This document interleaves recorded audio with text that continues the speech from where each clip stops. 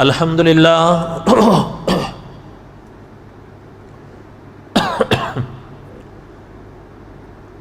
الحمد للہ نحمده ونستعینه ونستغفره ونؤمن به ونتوکل علیہ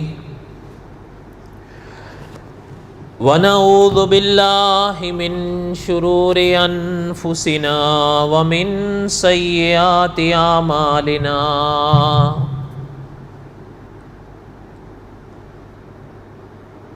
من يهده الله فلا مضل له ومن يضلله فلا هادي له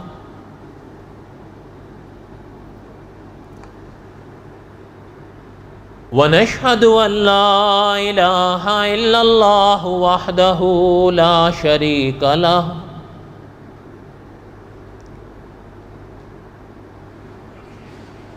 ونشهد أن سيدنا وسندنا ومولانا محمدا عبده ورسوله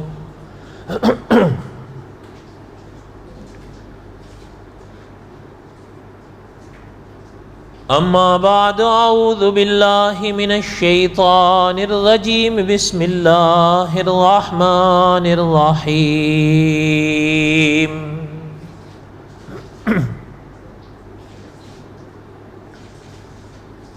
الف لام را تلك آیات الکتاب المبین تلك آیات الکتاب المبین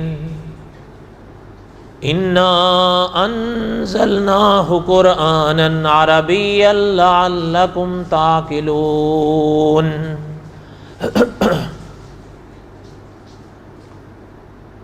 نحن نقص عليك احسن القصص بما اوحينا اليك هذا القرآن وان كنت من قبله لمن الغافلين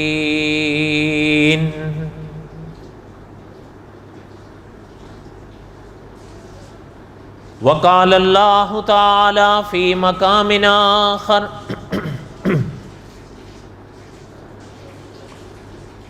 إن الله اصطفى آدم ونوحا وآل إبراهيم وآل عمران على العالمين ذرية بعضها من بعض واللہ سمیع علیم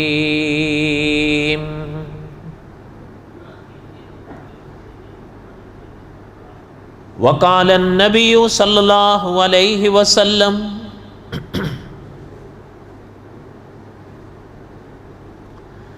من یرد اللہ بہ خیرا یفقہ فی الدین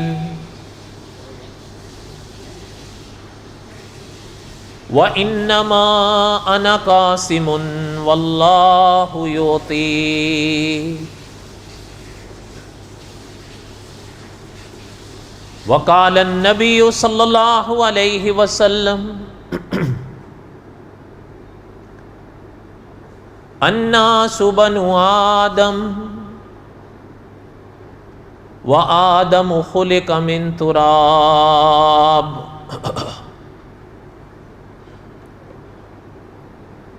صدق اللہ العظیم وصدق رسولہ النبی الکریم ونحن علی ذلک لمن الشاہدین والشاکرین والحمد للہ رب العالمین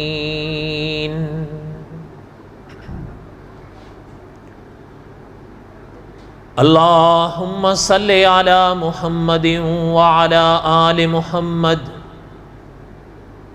کما صلیت علی ابراہیم وعلی آل ابراہیم انک حمید مجید اللہم بارک علی محمد وعلی آل محمد کما بارکت علی ابراہیم وعلی آل ابراہیم انک حمید مجید۔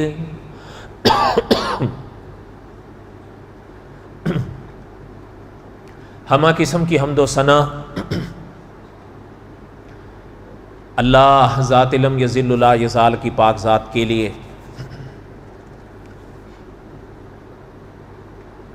صدق دل سے لا تعداد مرتبہ درود و سلام امام الانبیاء حضرت محمد الرسول اللہ صلی اللہ علیہ وسلم کی پاک ذات کے لیے۔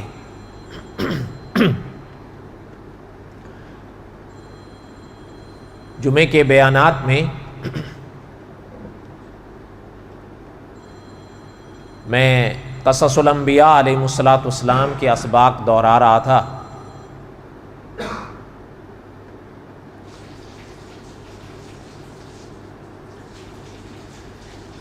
اور حضرت داؤد علیہ السلام کے واقعات کا کچھ حصہ ہم نے پڑھا اور کچھ حصہ باقی ہے۔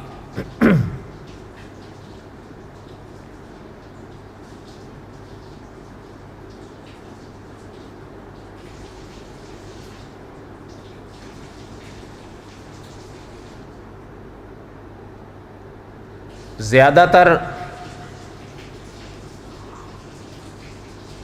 ان دروس کی بنیاد مولانا عبد الرحمن صاحب رحمۃ اللہ علیہ کی کتاب تھی ہدایت کے چراغ، یا مولانا حفظ الرحمن سیوہاروی رحمۃ اللہ علیہ کی کتاب قصص القرآن سے لی ہم نے۔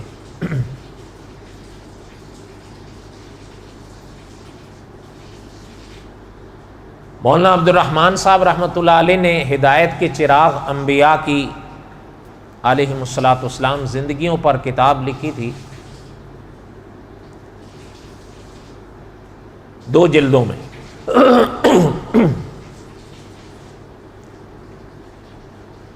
پہلی جلد کو بھی ہم نے سبقاً پڑھا،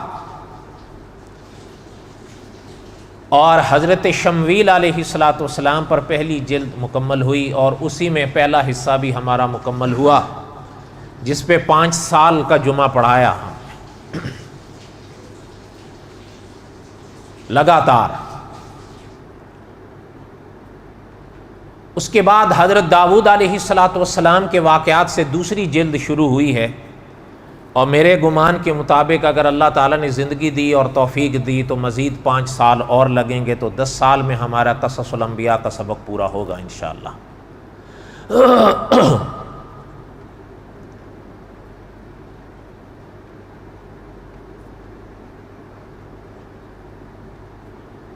حضرت داؤد علیہ السلام کے واقعات میں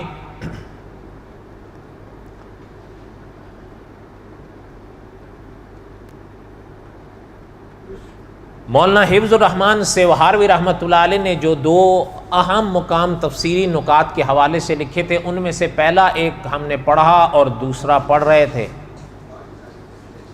اس کے بعد پھر اللہ تعالیٰ نے اگر زندگی دی تو ہم واپس ہدایت کے چراغ کے مطابق چلیں گے انشاءاللہ۔ یہ میں نے یعنی آخری باب کو پہلے دہرایا چونکہ یہ مشکل تھا، اس کے بعد اتنا مشکل کوئی نہیں ہے۔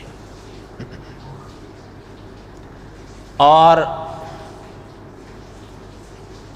اساتذہ یوں فرمایا کرتے ہیں کہ مشکل سبق اگر پہلے دہرا لیا جائے تو پھر آسان سبق تو آسان ہی ہوتا ہے، اسے سمجھنا یا سمجھانا کوئی مشکل نہیں رہتا۔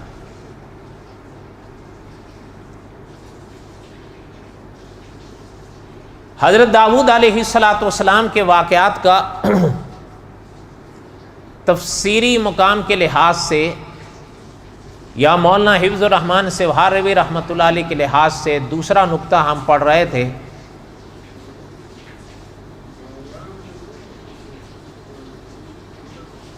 اور وہ یہ تھا پہلا جو محراب والا واقعہ تھا وہ بھی قرآن پاک میں ہے، دوسرا واقعہ ایک کھیتی والا واقعہ ہے وہ بھی قرآن پاک میں ہے۔ محراب والا واقعہ زیادہ مشکل تھا، وہ ہم نے پہلے پڑھ لیا، اور قرآن پاک میں وہ سورۃ صاد میں ہے، اور کھیتی والا واقعہ قرآن پاک میں سورۃ الانبیاء میں ہے علیہم السلام۔ علماء نے لکھا ہے کہ سورۃ الانبیاء یہ کلام پاک کی ایسی صورت ہے جس میں 17 انبیاء علیہ السلام کے واقعات تذکرے اللہ تعالیٰ نے بیان فرمائے ہیں۔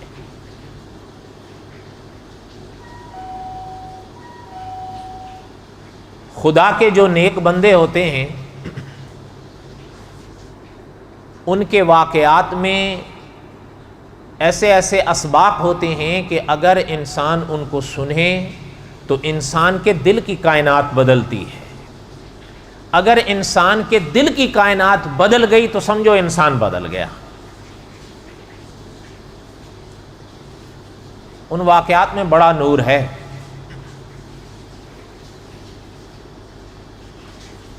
اور ممکن ہے کہیں آپ نے پڑھا ہو یا سنا ہو، مجھے ایک بات یاد آئی، سنتے چلیں۔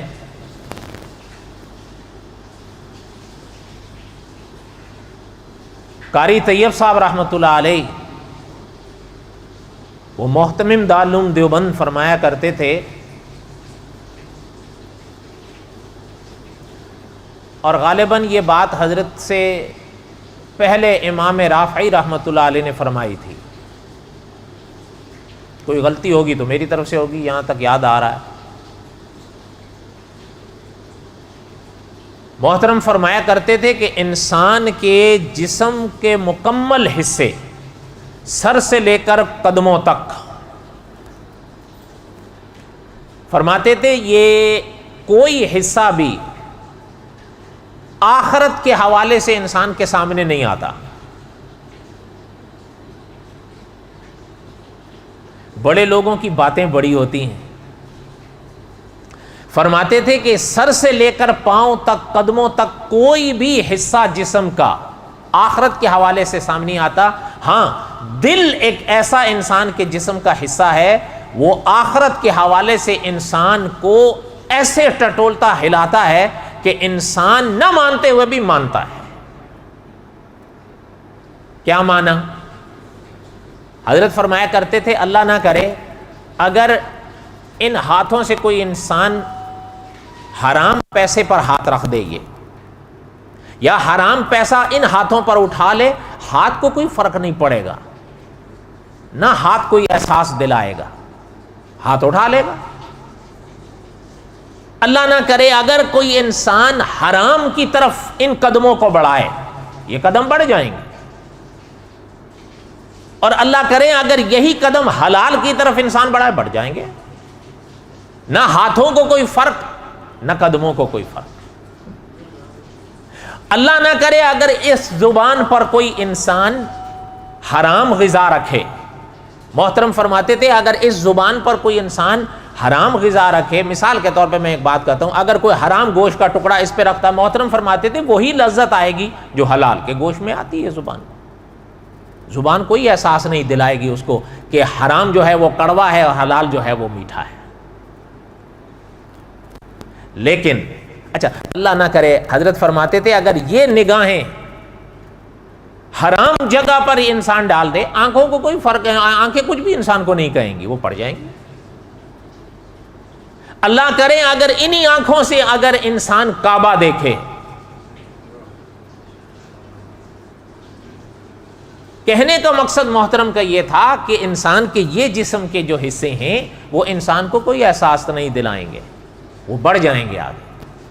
ہاں، حضرت فرماتے تھے دل ایک ایسی کائنات ہے انسان کے وجود میں کہ اگر اللہ نہ کرے اگر انسان نے اپنا ہاتھ حرام مال کی طرف بڑھایا، ہاتھ کچھ نہیں کہے گا لیکن دل پہ بوجھ آ جائے گا، یہ دل اس کو کہے گا یہ حرام ہے، پھر اس کے ضمیر پر بوجھ پڑے گا، بھلے نہ مانے۔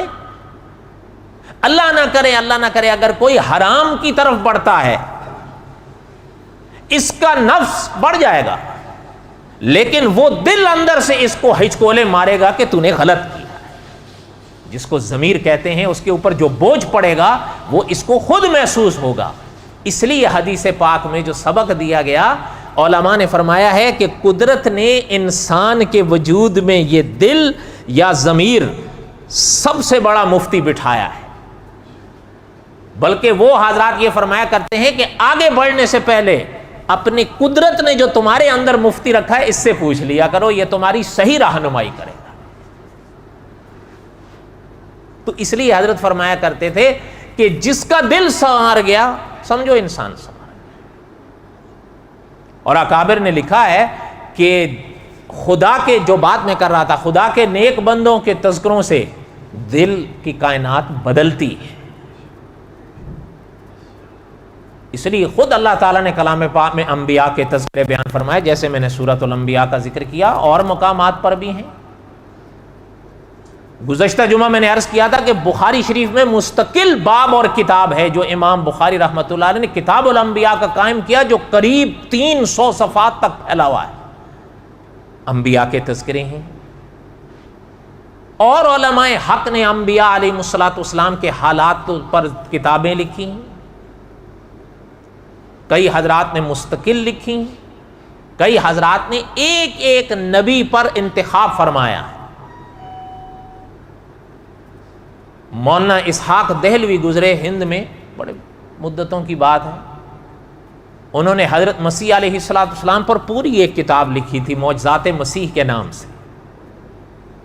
تو بہرحال میرے کہنے کا مقصد یہ تھا کہ علماء نے لکھا ہے کہ انبیاء علیہ السلام کے واقعات، انبیاء علیہ السلام کے تذکرے آپ پڑھ سکیں تو پڑھیں، سن سکتے ہوں تو سنیں۔ اللہ نہ کرے کبھی کوئی انسان نہیں پڑھ سکتا، لیکن سن تو سب ہی سکتے ہیں، اس سے آپ کو فائدہ ہوگا۔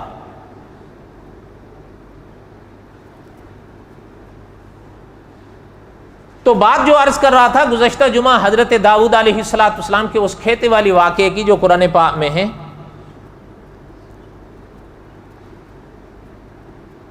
اللہ ذوالجلال والاکرام نے اس واقعے کو قرآن پاک میں بیان فرمایا، وَدَاوُودَ وَسُلَيْمَانَ اِذْ يَحْكُمَانِ فِي الْحَرْثِ۔ اللہ ذوالجلال والاکرام نے حضرت داؤد اور حضرت سلیمان کو اس پاک آیت میں اکٹھا فرمایا، اور میں نے عرض کیا تھا یہ حضرت داؤد والد ہیں، حضرت سلیمان بیٹے ہیں۔ علماء مفسرین نے لکھا ہے کہ حضرت داؤد کے بیٹے تو 18 تھے، لیکن اس مقام پر وارث حضرت سلیمان ہوئے۔ حضرت سلیمان کو قدرت نے خصوصی فہم بخشا تھا۔ انشاءاللہ آگے حضرت داؤد علیہ السلام کے واقعات کے بعد حضرت سلیمان کے واقعات آ رہے ہیں، انشاءاللہ پھر مستقل پڑھیں گے حضرت کے واقعات۔ اللہ تعالیٰ آپ کو یہ شہر دکھائیں، آج بھی وہاں حضرت سلیمان کی بڑی یادیں ہیں، اس لیے کہ یہ شہر تھا حضرت سلیمان کا نا، حضرت داؤد کا، حضرت سلیمان کا یہ شہر تھا۔ اور آپ تو سب جانتے ہی ہیں کہ مسجد اقصی بنائی حضرت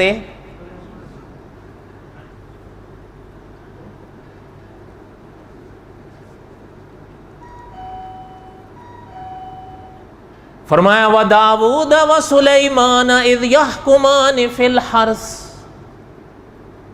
اِذْ نَفَشَتْ فِيهِ غَنَمُ الْقَوْمِ۔ اللہ نے فرمایا کہ وہ کھیتی کا جب مقدمے کا فیصلہ کرنے لگے تھے، حضرت داؤد بھی اور حضرت سلیمان، وہ میں نے عرض کیا تھا نا کہ علماء مفسرین نے لکھا ہے کہ ایک صاحب کی کھیتی تھی، کھیت، رات کے وقت کسی کے وہ بکریوں کا ریوڑ گھس گیا اندر، وہ سب چٹ کر۔ اب یہ ہمیں کیسے پتہ چلا کہ وہ واقعہ رات کو ہوا؟ قرآن پاک اذ نفشت فیہ غنم القوم، امام ابن کثیر رحمۃ اللہ علیہ نے لکھا اپنی تفسیر میں کہ اللہ ذوالجلال والاکرام نے جو لفظ استعمال فرمایا اذ نفشت فیہ غنم القوم، فرمایا اس کا معنی یہی ہے کہ وہ واقعہ رات کو ہوا ہے۔ نفشت حضرت نے لکھا ہے دن کے حادثے کو نہیں کہتے جو کھیت میں ہو، فرمایا جو کھیت رات کو اجاڑا جائے اس کو کہتے ہیں، اس سے پتہ چلتا ہے وہ رات کو۔ اچھا ایک یہ چیز، دوسری یہ بھی چیز ہے کہ علماء نے لکھا ہے کہ انبیاء علیہ السلام کا مسلک یا سرور کونین صلی اللہ علیہ وسلم کے پاک فرامین سے پتہ چلتا ہے، امام شافعی رحمۃ اللہ علیہ فرماتے تھے کہ اگر دن کو کوئی حرکت بکریوں نے کی ہوتی نا، پھر کھیت والا جانے اور اس کا مالک جانے، لیکن چونکہ اللہ ذو الجلال والاکرام نے بتا دیا ہے کہ وہ واقعہ رات کو ہوا تھا، اس لیے یہ پھر بکریوں والوں کے ذمے، بکریوں والے کے ذمے آئے۔ اس سے پتہ چلتا ہے کہ وہ واقعہ رات کو ہوا تو اس سے کھیت والے کو نقصان جو ہوا پھر اس کا تاوان بکریوں والے پہ آئے۔ اگر دن کو ہوتا تو معاملہ کچھ اور ہو جاتا۔ اس لیے اللہ ذو الجلال والاکرام نے بالکل کلام پاک میں واضح کر کے فرمایا ہے، اصل میں قرآن تو اللہ ذو الجلال والاکرام کا کلام ہے، اور قرآن پاک کے ایک ایک لفظ میں جو حکمتیں ہیں وہ عام ہم نہیں سمجھ پاتے ہیں نا، اس لیے ہمارے مدرس حرم فرمایا کرتے ہیں چونکہ ہم سمجھتے نہیں ہیں اس لیے لذت نہیں آتی۔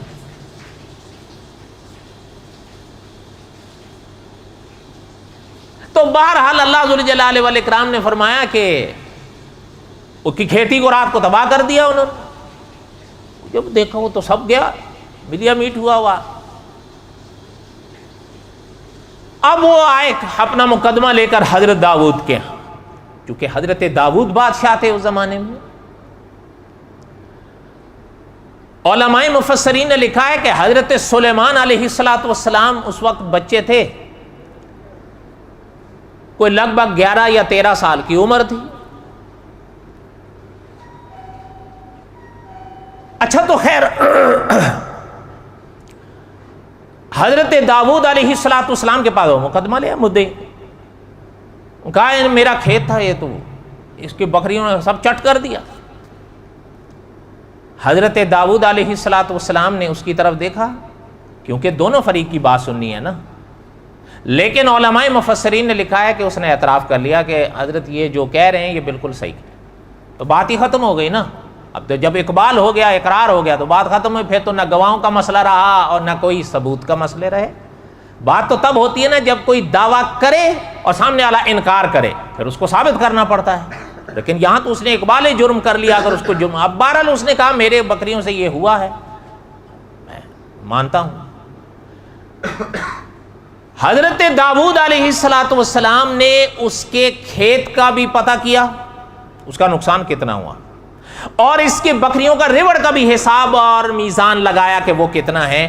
تو علماء مفسرین نے لکھا ہے کہ دونوں کا میزان تقریباً برابر بیٹھ رہا تھا، جتنے کا اس کا کھیت کے مال بن رہا تھا، مالیت بن رہی تھی، اتنے کے اس کا ریوڑ بن رہا تھا۔ حضرت داؤد علیہ السلام نے فرمایا کہ دیکھو اگر جب یہ بات ہے تو تم مانتے ہو کہ ایسا ہوا؟ کہا ہاں جی بالکل، میں کیسے انکار کروں، تو صحیح بات کہہ رہا ہے وہ، بکریاں بھی میری تھیں، کھیت بھی اس کی تھا، اس کا کھیت ہرا بھرا بھی تھا، وہ بس بکریاں گھس گئیں، آ گئیں چٹ کر۔ اور یہ یاد رہے کہ چونکہ میں نے پہلے عرض کیا نا کہ کلام پاک میں اللہ نے خود فرمایا کہ یہ واقعہ رات کا ہے۔ وَدَاوُودَ وَسُلَيْمَانَ إِذْ يَحْكُمَانِ فِي الْحَرْثِ إِذْ نَفَشَتْ فِيهِ غَنَمُ الْقَوْمِ وَكُنَّا لِحُكْمِهِمْ شَاهِدِينَ۔ اللہ نے فرمایا جب حضرت داؤد اور حضرت سلیمان اس مقدمے کا فیصلہ کر رہے تھے ہم وہاں موجود تھے۔ فَفَحَّمْنَاهَا سُلَيْمَانَ، اللہ نے فرمایا ہم نے خصوصی فہم حضرت سلیمان کو بخشا۔ وَكُلًّا آتَيْنَا حُكْمًا وَعِلْمًا، اللہ نے فرمایا کہ ہاں خصوصی فہم اس موقع پر حضرت سلیمان کو بخشا، لیکن حکمت و علم ہم نے حضرت داؤد اور حضرت سلیمان دونوں کو دیا تھا۔ خصوصیات اپنی اپنی ہوتی۔ اچھا جب یہ مسئلہ ہوا انہوں نے کہا جی میں مانتا ہوں، اور چونکہ رات کا ہوا اس لیے امام شافعی رحمۃ اللہ علیہ فرماتے تھے کہ اس پر تاوان آتا تھا۔ بات کیا تھی کہ حضرت امام شافعی رحمۃ اللہ علیہ فرماتے تھے رات کے وقت اس کی ذمہ داری تھی کہ اپنے ریوڑ کی نگہبانی کرتا، ان کو باندھ کے رکھتا، قابو میں رکھتا، یہ تھوڑا کھلا چھوڑ دیا وہ جا کے ادھر گھس گئے، تو اس پہ تو تاوان آنا ہی آنا تھا۔ تاوان سمجھتے ہیں آپ کی زبان میں کیا کہتے ہیں؟ جرمانہ۔ حضرت سلیمان علیہ الصلوۃ والسلام، اچھا حضرت داؤد علیہ الصلوۃ والسلام نے جب بات کو بالکل صاف کر دیا نا، تو محترم نے فرمایا بھائی دیکھو، تمہارے ریوڑ تھا، اس کی کھیتی تھی، وہ برباد ہوئی تو مہاں جو حضرت داؤد علیہ الصلوۃ والسلام نے فرمایا کہ اس کی جو مالیت ہے کھیت کی، وہ اور تمہارے ریوڑ کی مالیت ایک برابر ہے، اس لیے ہمارا فیصلہ یہ ہے کہ چونکہ اس کی کھیتی برباد ہوئی ہے، اس تاوان کو تمہارے ریوڑ سے بدلا جائے گا، تمہارا ساری بکریاں اس کی۔ سمجھ آئی بات؟ علماء مفسرین نے لکھا ہے کہ یہ حضرت داؤد علیہ السلام کا فیصلہ بالکل صحیح تھا، اس میں کوئی شبہ نہیں، اور اللہ کے انبیاء صحیح فیصلہ کیا کرتے ہیں۔ اچھا، بعض علماء نے آگے جو انشاءاللہ حضرت سلیمان کا واقعہ آ رہا ہے اس کے حوالے سے لکھا ہے کہ ابھی تک حضرت داؤد نے فیصلہ نہیں کیا تھا، صرف ایک رائے کا اظہار کیا، لیکن علماء محققین نے لکھا ہے کہ نہیں، یہ بات نہیں، وہ حضرت داؤد کا فیصلہ ہی تھا۔ اصل بات یہ ہے کہ چونکہ آگے حضرت سلیمان نے کچھ اور رائے دی تھی، اور قرآن پاک میں اللہ نے صاف فرما دیا فَفَحَّمْنَاهَا سلیمان، تو اب وہ حضرت داؤد کے فیصلے کو چھوڑنا پڑ رہا ہے، تو وہ سوچتے ہیں بھئی یار پھر یہ، اس لیے مولانا حفظ الرحمان سیوہاروی رحمۃ اللہ علیہ نے لکھا ہے کہ اس مقام کو بھی مشکل بنا دیا یا سمجھ لیا گیا ہے کہ وہ سوچتے ہیں اب حضرت داؤد کا فیصلہ حضرت سلیمان کے فیصلے سے بدل رہا ہے، اور پھر حضرت سلیمان کے فیصلے کے لیے اللہ فرما رہے ہیں فَفَحَّمْنَاهَا سلیمان۔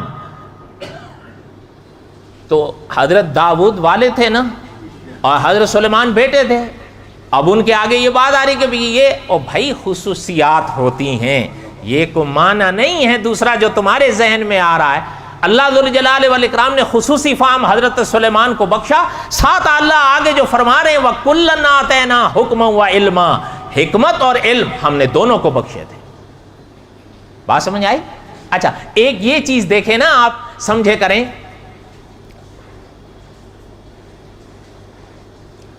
سرور کونین صلی اللہ علیہ وسلم خوبصورت ہے نا، بولو سرور، یہ یاد رہے حضرت آدم سے لے کر حضور تک صلی اللہ علیہ وسلم، علماء عقائد نے لکھا ہے کہ چہرے کے لحاظ سے کسی کا چہرہ انبیاء کا مقابلہ نہیں کر سکتا۔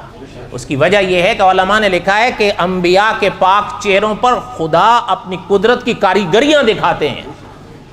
آپ نے پڑھ تو رکھا ہے، سن تو رکھا ہے، کئی حضرات صرف حضور کے چہرہ پاک کو دیکھ کر ایمان لائے تھے یا نہیں لائے تھے؟ وہ کیا کہتے تھے؟ وہ یہی تو ان کے بیانات کتابوں میں ملتے ہیں کہ وہ کہتے تھے کہ چاہے کچھ بھی، یہ چہرہ جھوٹے کا چہرہ نہیں ہو سکتا، انبیاء کے چہرے ایسے ہو۔ اچھا، یہ بات سمجھ میں کیوں کہہ رہا ہوں، ذرا بات کو سمجھنا۔ حضور خوبصورت ہے، اگر میرے ساتھ کہہ دیں حضور، ایک اور بات یاد آئی وہ بھی سن لیں، کتابیں آپ پڑھتے ہو یا نہیں پڑھتے میں نہیں جانتا، لیکن ہند میں ایک عالم گزرے ہیں، جہاں تک میرا گمان ہے فوت ہو گئے، بہت پرانی بات ہے، انہوں نے سرور کونین صلی اللہ علیہ وسلم کے پاک وجود پر، چہرے پر پوری ایک کتاب لکھی ہے، اردو میں اس کتاب کا نام ہے محبوب کا حسن و جمال۔ آپ میں سے کسی کے پاس ہے؟ حالانکہ آپ میں سے کئی حضرات اردو پڑھ سکتے ہیں، مگر کریں کیا، ہمیں ذوق نہیں ہے۔ اگر موقع ملے تو آپ خرید لیں، پڑھ لیں، مل جاتی ہے، پاکستان میں ہے ہند کی کتاب، لیکن پاکستان میں بھی چھپ گئی ہے، محبوب کا حسن، حضور کے پورے چہرے پر کتاب۔ اچھا، جو بات عرض کر رہا تھا، حضور خوبصورت تھے، اس میں کوئی شک نہیں۔ حضرت یوسف کا حسن ضرب المثل ہے، اور آج بھی ضرب المثل ہے۔ حسن یوسف دم عیسیٰ ید بیضا داری آج بھی کہا جاتا ہے۔ اچھا، آپ نے پھر یہ بھی پڑھا ہوگا کہ علماء مفسرین نے لکھا ہے کہ سرور کائنات صلی اللہ علیہ وسلم نے خود فرمایا کہ اللہ نے، قدرت نے جب حسن کو پیدا فرمایا تو پورے حسن کو دو حصوں میں بانٹا۔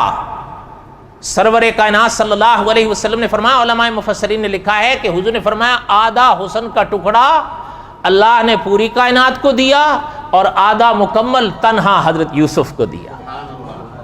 تو آپ خود سوچ لیں ان کے حسن کا کیا عالم ہوگا. آج بھی جو سورہ یوسف پڑھتے ہیں تفسیر کے ساتھ ان کو یہ ساری چیزیں ملیں گی پڑھنے کے لیے. اور ہم نے ابتدائی میں حضرت یوسف کے واقعات سارے پڑھے, ان میں ہے, آپ سن سکتے ہیں. اچھا, کہنے کا مقصد یہ تھا. اب یہاں پر یہ سوال ہوا کہ بھائی یعنی پھر اگر یہ بات ہے تو پھر حضور پر تو حضرت یوسف کی فضیلت ثابت ہو رہی ہے. اور آپ سب جانتے ہیں امام الانبیاء کون ہے؟ صلی اللہ علیہ وسلم. حضور سے افضل تو کوئی نہیں ہے. بعد از خدا بزرگ توئی قصہ مختصر, یہ عقیدہ ہے. تو حضرت یوسف کے دیکھیں پھر علماء نے لکھا ہے, یاد رہے, ایک ہوتی ہے جزوی فضیلت, ایک ہوتی ہے کلی فضیلت. جزوی فضیلت جتنی بھی بڑھ جائے کلی فضیلت کو نہیں ہلا سکتی. بات سمجھ آئی ہے؟ ایک جز ہوتا ہے نا, ایک کل ہوتا ہے. میں آپ سے پوچھتا ہوں, جز زیادہ ہوتا ہے یا کل زیادہ ہوتا ہے؟ ایسا ہی ہے نا, جز کو کل شامل نہیں ہوگا لیکن کل کو جز شامل ہوگا. اس لیے علماء نے لکھا ہے کہ جو جزوی فضیلت کلی کو کبھی متاثر نہیں کر سکتی.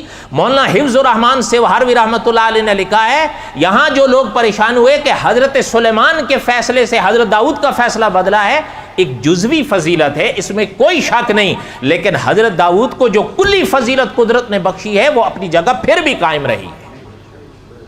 یہ نہیں ہو سکتا ہے. اس لیے جو اپنا کلی فضیلت ہے وہ اپنی جگہ قائم ہے.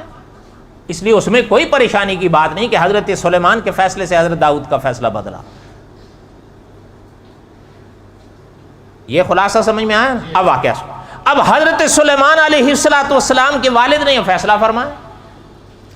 کچھ باتیں بتقاضۂ بشریت ہوتی ہیں. اب اس نے ظاہر قبول کرنا تھا, انہوں نے کہا جی وہ تو پہلے ہی قبول کر لیا تھا. اب ظاہر ہے جو بتقاضۂ بشریت اداسی ہوتی ہے وہ چہرے پر آ جاتی ہے. وہ باہر نکلے, مقدمے کا فیصلہ تو ہو گیا, کھیتی جس کی گئی ریوڑ سارا اس کا ہو گیا. جب وہ وہاں سے باہر نکلے, علماء مفسرین نے لکھا ہے کہ محل کے دروازے پہ حضرت سلیمان آ گئے. ان کو کچھ نہ کچھ پتا تو تھا, کیا بات ہے؟ ان کا جی یہ ہوا ہے. اور جس کی بکریاں گئیں انہوں نے کہا جی حضرت کا بالکل جو فیصلہ ہے سر آنکھوں پر ہے, وہ بالکل صحیح ہے, اب مجھ سے ہو گئی غلطی. حضرت سلیمان نے فرمایا کہ ابو نے بالکل صحیح فیصلہ کیا ہے, البتہ اگر ہم ہوتے یا یہ مقدمہ ہمارے پاس آتا ہم کچھ اور فیصلہ کرتے. فَفَحَّمْنَاهَا سُلَيْمَانَ وَكُلًّا آتَيْنَا حُكْمًا وَعِلْمًا. اچھا, علماء مفتی تقی عثمانی صاحب نے دوسرے حضرات نے لکھا ہے کہ حضرت داؤد کے کان میں یہ بات پڑ گئی. قدرت کو منظور تھا نا کہ فیصلہ حضرت سلیمان کے فیصلے کے مطابق ہو. تو حضرت داؤد پاس آ گئے, پاس آ کے کہنے لگے کہ بیٹا آپ اگر وہ فیصلہ کرتے تو کیسے کرتے, ذرا ہمیں بتاؤ, ہم بھی تو سنیں. حضرت داؤد کی بات سمجھ آ رہی ہے؟ حضرت سلیمان علیہ السلام نے ابو کا چہرہ دینا, فرمایا بھائی بتاؤ, ہم نے تو جو فیصلہ کیا وہ آپ کے سامنے ہے, آپ نے کیا فیصلہ کرنا تھا؟ حضرت سلیمان علیہ السلام نے فرمایا کہ ابو ہم نے یہ فیصلہ کرنا تھا کہ اس کے تو کھیت اجڑ گیا, اب ریوڑ اس کا ہو گیا, اس کے تو مکمل جو ہے نقصان ہو گیا, اور یہ مان بھی رہا ہے ہو گیا, اب جانور تھے. میرے سپرد اگر یہ مقدمہ ہوتا تو میں نے یہ فیصلہ کرنا تھا کہ ریوڑ جو ہیں اس کے حوالے کریں, لیکن وقتی طور پر کریں, دائمی طور پر نہیں. کیا مانا؟ مانا یہ ہے کہ وہ اپنے پاس رکھے اس کے ریوڑ, مستقل طور پر نہ رکھے کہ وہ اپنے سمجھ لے, ہاں عارضی طور پر اس کے پاس رہیں, وہ فائدہ بھی اٹھائے, ان کے دودھ کو استعمال کرے, ان سے فائدہ اٹھائے, لیکن وہ کھیت جو اجڑا ہے وہ اس کے حوالے کریں آپ, کہ وہ کھیت اس کو پھر سے یہ آباد کرے, اس کو جیسے ہی اپنی اس حالت پر آ جائے وہ کھیت جس پر تباہ ہوا ہے, یہ کھیت اس کے حوالے کرے, اپنے ریوڑ واپس لے. پھر نقصان دونوں, پھر کسی کا نقصان نہیں ہوگا, وقتی جو ہو گیا ہو گیا. فَفَحَّمْنَاهَا سُلَيْمَانَ, اللہ نے فرمایا ہم نے اس موقع پر خصوصی فہم حضرت سلیمان کو دی. وَكُلًّا آتَيْنَا حُكْمًا وَعِلْمًا, حضرت داؤد نے اپنے فیصلے کو حضرت سلیمان کے فیصلے سے بدل دیا. حضرت داؤد تھے. اس لیے تو بات کو یہ کہ جی حضرت سلیمان، بھائی حضرت سلیمان کا فیصلہ ہے، حضرت داؤد خود موجود ہیں. جب محترم نے سمجھ لیا کہ فیصلہ وہ صحیح ہے لیکن حضرت سلیمان کا فیصلہ بہتر ہے، اس لیے علماء نے لکھا ہے علمی اصطلاح میں حضرت داؤد کا فیصلہ قیاسی تھا، لیکن علمی اصطلاح میں حضرت سلیمان کا فیصلہ استحسانی تھا، اس لیے اس کے مطابق حضرت داؤد نے فیصلہ کیا. بات سمجھ آئی آپ کو؟ اب اس کے بعد بقیہ انشاءاللہ 2 ہفتے بعد وما علینا الا البلاغ المبین سنت ہے.